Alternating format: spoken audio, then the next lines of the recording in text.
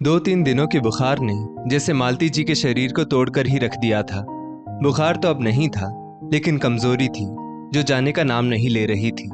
ऊपर से मालती जी को अपनी बहू नेहा की भी चिंता हो रही थी कि ना जाने कैसे वो अकेले सब कर रही होगी। क्लोजिंग का समय है तो बैंक में भी काम का दबाव होगा और घर का काम अलग। रूपा तो यही है मायके में, लेकिन मजाल है जो अपनी भाभी की मदद कर दे।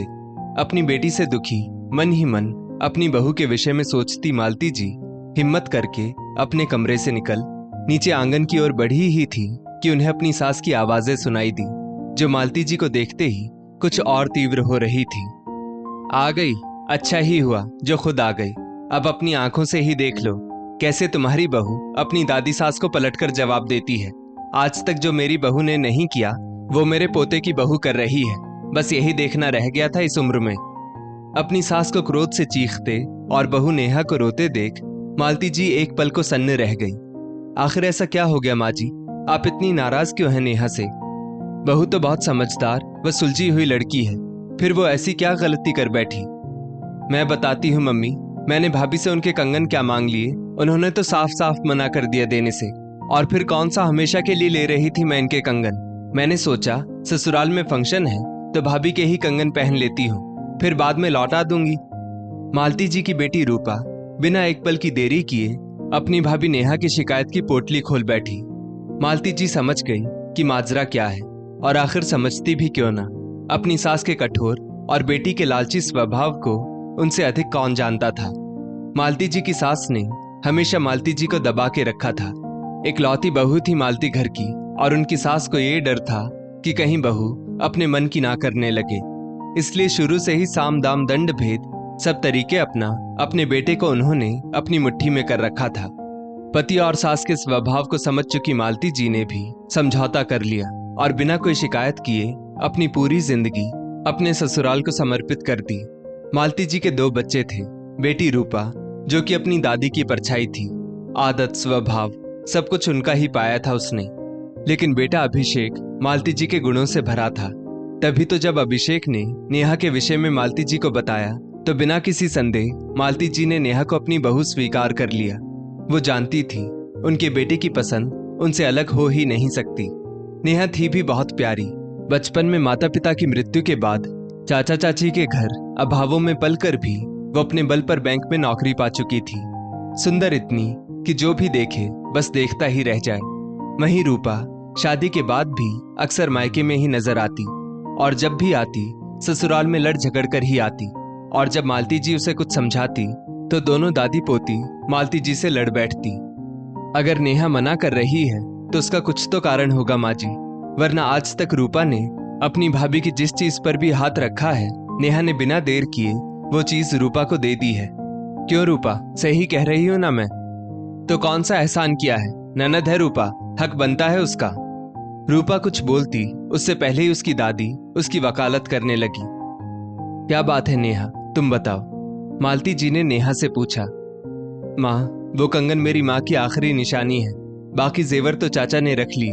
बस ये कंगन चाची ने चाचा से छिपाकर विदाई के वक्त मेरे हाथों में डाल दिए थे। माँ का प्यार तो कभी मिला नहीं, बस ये कंगन ही है जो उनके आशीर्वाद स्वरूप मेरे पास है। ऐसे में आप ही बताइए कैसे दे दूं रूपा को वो कंगन? पहले भी रूपा कितने ही गहने मुझसे वापस लौटाने के नाम पर ले गई, लेकिन कभी लौटाए नहीं। मैंने रूपा से कहा भी कि कुछ और ले लो, लेकिन नहीं, रूपा को बस यही कंगन चाहिए। माँ, बस इतनी सी बात के लिए दादी और रूपा ने मुझे बहुत सुनाया। नेहा सिसकते सिसकते बोली। अपनी बहू को समझा दे मालती, हमारे घर में ननदों को दिया जाता है, आखिर हक है उनका। ये मेरा तेरा हमारे घर में नहीं चलता। बस माँ जी, समझने की जरूरत नेहा को नहीं, आपको और रूपा को है, मालती जी ने कहा। अच्छा, तो अपनी बहू के आते ही तुम्हारी भी जबान चलने लगी? आज तक जिसने चूप ही नहीं की अब वो भी आंखें दिखा रही है। देख ले रूपा अपनी माँ और भाभी को, अब बहू और सास ने मिलकर अलग पार्टी बना ली है। सही कह रही हूं मैं माँ जी, आज तक मैं चुप रही, आपके हर अत्याचार को निशब्द सहती रही, कभी कोई शिकायत नहीं की, लेकिन अब नहीं सहूंगी। अब ये सास अपनी बहू के लिए हर वो काम करेगी जो मेरी सास ने कभी मेरे लिए नहीं किया। मेरी शादी के सारे जेवर साड़ियां आपने ननदों का हक है कहकर अपनी बेटियों को दे दी, यहाँ तक कि जब भी कोई अच्छी चीज मेरे मायके से आती आप अपनी बेटियों के लिए रखवा लेती। मैंने कभी कुछ नहीं कहा, लेकिन अब बंद कीजिए ननदों का हक कह कहकर बहुओं का शोषण करना। मानती हूँ ननदें आदरणीय होती हैं, लेकिन इसका मतलब ये बिल्कुल नहीं कि बहुओं के हक और उनके मन को मार ननदों की आवभगत की जाए।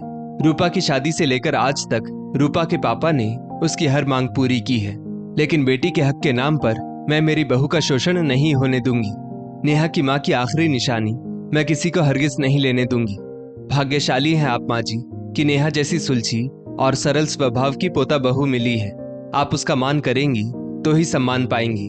अब वो समय नहीं रहा कि बहुओं को दबा कर रखा जाए। अब तो प्यार देंगी तो सम्मान पाएंगी। इसलिए समझदारी इसी में है कि समय के साथ आप भी बदल जाए। और रूपा तुम्हें बार बार मायके आने की जरूरत नहीं। अब अपना घर संभालो। देखना दादी की लाडली बनते बनते कहीं पति के प्रेम और ससुराल के स्नेह से ना हाथ धो बैठो। फिर मत कहना कि माँ ने समझाया नहीं। गाय समान अपनी मूक और सी थी। मालती बहू को यूं बोलता देख दादी की बोलती बंद हो चुकी थी। वो समझ चुकी थी कि अब चुप रहने में ही भलाई है। और रूपा अपनी माँ की फटकार सुन ससुराल लौटने के लिए अपना बैग समेटने लगी थी। वहीं नेहा की नजरों में अपनी ममतामयी सासू माँ के लिए मान सम्मान दोगुना हो चुका था। अपने लिए सदा चुप रहने वाली मालती जी ने अपनी बहू के हक में आवाज उठाकर साबित कर दिया था कि अगर सास सुलझी और ममतामयी हो तो बहुओं का हक कोई नहीं छीन सकता। दोस्तों, इस स्टोरी को लेकर आपकी क्या राय है नीचे कमेंट करके जरूर बताइएगा। और ऐसी ही और भी बेहतरीन वीडियोस के लिए हमारा पेज जरूर फॉलो करें। धन्यवाद।